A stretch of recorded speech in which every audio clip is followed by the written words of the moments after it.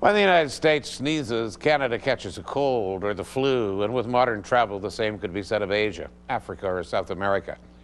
You don't have to get on a plane to pick up germs, fungi, or bacteria.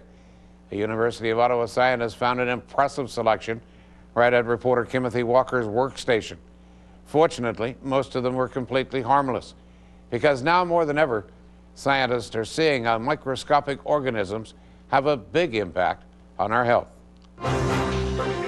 There is something growing in a petri dish, and it came from my desk. And what this nice little furry thing here is, it's a fungus. Fungus? Yes. On my desk. Now, no, don't get upset. Fungus is actually natural and normal within an environment. This is Jason Tetro. A week earlier, the microbiologist swabbed my desk and my hands. We've returned to see what grew. But the thing was, I touched that elevator button. Seems I have something on my hands that is mysterious. Or not, but this little white one right here has a bit of a different look to it. So what we did is what we call subculturing. I had to be subcultured? You had to be subcultured. Okay. Well, it turns out that this bacterium comes from the nasopharyngeal area. So mystery solved. I apparently sneezed at some point. The good news is my keyboard, phone, mouse, and desk all show lots of things, none of which is harmful. Not all microorganisms are. The furry stuff, well, that's a different story. It's harmless to healthy people, not sick people. If you happen to be immunocompromised, either because you're aged, or because you are under cancer therapy, or you are a patient of HIV, then those basic resistance mechanisms are severely compromised. And this is where ordinary bacteria, fungi, whatever, become or can become a lot more dangerous. If my desk was in a hospital, for example, this discovery would lead to a thorough cleansing of surfaces and heating systems. It's not realistic to think we can get rid of everything. There are an estimated 10 trillion microorganisms on the surface of your body. Many of the bad ones can be dealt with by a healthy immune system and good, clean living.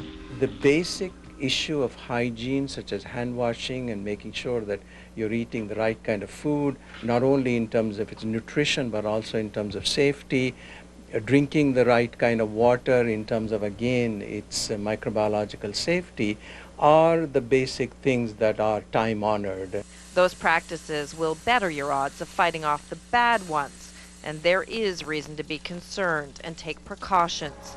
The microscopic world is changing as our world changes. Why are we getting food poisoning from lettuce and spinach? To explain what in the world is happening, Dr. Earl Brown likens the human race to a crowded farm. A crowded planet, crowded with people, crowded with animals. We're seeing some changes.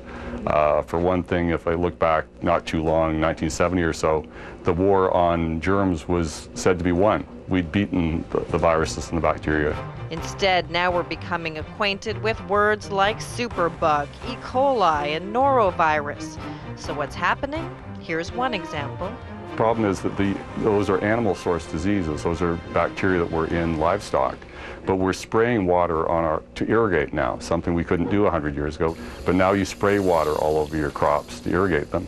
And water is often contaminated with byproducts and effluent from animals. And so you start getting animal diseases where you didn't get them before. One new virus a year is added to the catalog, and now the link to cancer is more clear. Dr. Brown says about 1/3 are caused by a virus. Last year, a remarkable breakthrough. The first cancer vaccine against human papillomavirus, HPV, sexually transmitted and very common. About a half of women in North America, sexually active women, have the virus in their body. They may never show a wart, but the virus is in their skin, and it's the cause of most of cervical cancers. And so now, as you mentioned, they have a vaccine against HPV just released last year, and so I believe it's the first anti-cancer vaccine, and it's against the virus that causes the cancer. Dr. Brown says up to 1/3 of cancers could be caused by a virus, but we, as in the human race, are at the very early stages of understanding the viruses, how they work, how they make us sick, and indeed, how they can kill us. But it is possible that we will see more cancer-fighting vaccines. In the meantime, though, prevention is key. That means, quite simply, keep a virus out of your mouth. Hand washing with soap and water, using hand sanitizer with a minimum of 60% alcohol, and limiting your contact with sick people. It will all simply better your odds. You have to give body a lot of credit because it in fact has evolved to be able to deal with the regular assaults by microorganisms that are around us. And that means many of the bacteria that grew on my desk, harmless and common. This germophobia has to be taken with that balance in mind. Yes, you want to avoid the dangerous ones. Yes, there are problems in hospitals, for example, where the list of dangerous organisms is growing by the day.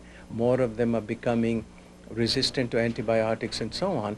But then if you realize that a healthy, normal, hygienic lifestyle, in fact, can protect you from many of these things. And that's important because you can't cover all of your bases all of the time. As part of the testing, Jason Tetro swabbed my purse, which has traveled all over Ottawa. Do you ever put your backpack on like the kitchen counter when you get home, or? Absolutely. And yet, where did that purse get plunked out of habit? Right on the lab counter, where Jason's backpack usually resides. Turns out my purse just carried regular bacteria. But it just goes to show, even a microbiologist and his horrified guinea pig can spread things around no matter how careful they are. Kimberly Walker, CTV News. Tomorrow on CTV News.